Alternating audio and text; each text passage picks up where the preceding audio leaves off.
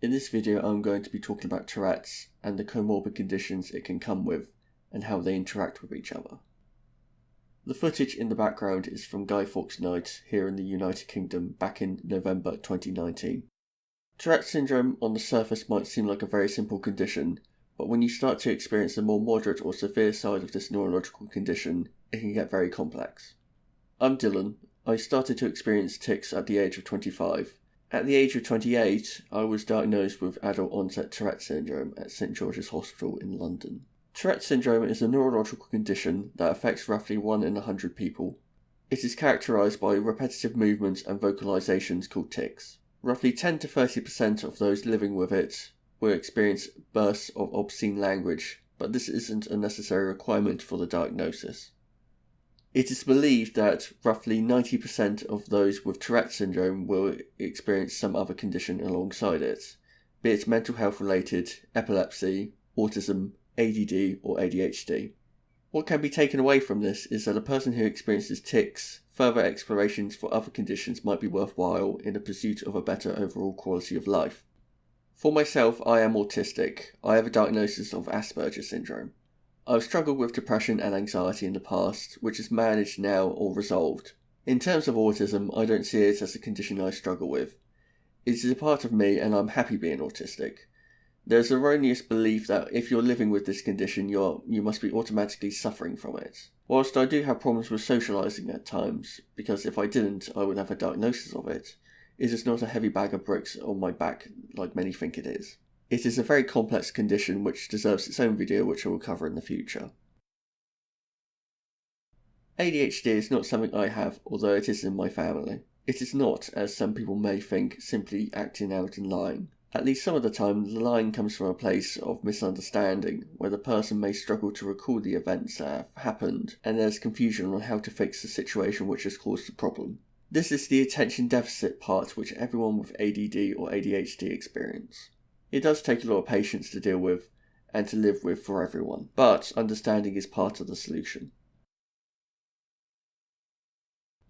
Epilepsy is something that is present in my family, although it doesn't play a huge role for us. Epilepsy and Tourette's can be difficult to distinguish apart from each other at times. However, the crux of it is that a diagnosis of epilepsy is having EEGs done. EEG, or electroencephalogram, records and measures seizure activity in the brain. In Tourette's, during an EEG, it comes up as a simple muscle movements and not recorded as seizures. Seizures can be, in a lot of scenarios and by themselves, dangerous. There's usually a degree of absent-minded during one. In Tourette's, this doesn't happen.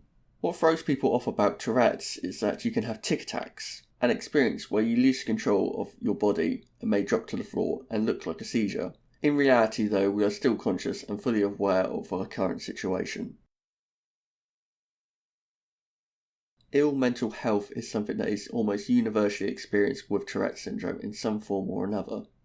It is commonly OCD, depression and anxiety, a trio that comes as one too often. Mental illness often fuels tics. A flashback from post-traumatic stress disorder, because the experiences with the general public may have led to violent or traumatic events, can increase tics. Depression can come around because of tics, or it can come on its own separately. Anxiety, like depression, can be attached to our tics out of the belief that it's going to cause negative reactions. Or it can come around because of something like an attachment disorder where the person can't be on their own. Personality disorders can occur with Tourette's as well. These start to develop in the teenage years, but can't be diagnosed at least until early adulthood, where the personality has less plasticity to it and behaviours are set. Because of that, it cannot occur in childhood. These can be a result of a difficult psychosocial upbringing, such as bullying or troubles at home. There are a set of learnt behaviours which can lead to poor quality of life because of past events which are difficult to break. This is just a brief overview of Tourette's and comorbid conditions. The list is a lot longer than this. Nearly any condition can come with it. More information will be posted in the description below, and if you're interested, please have a look.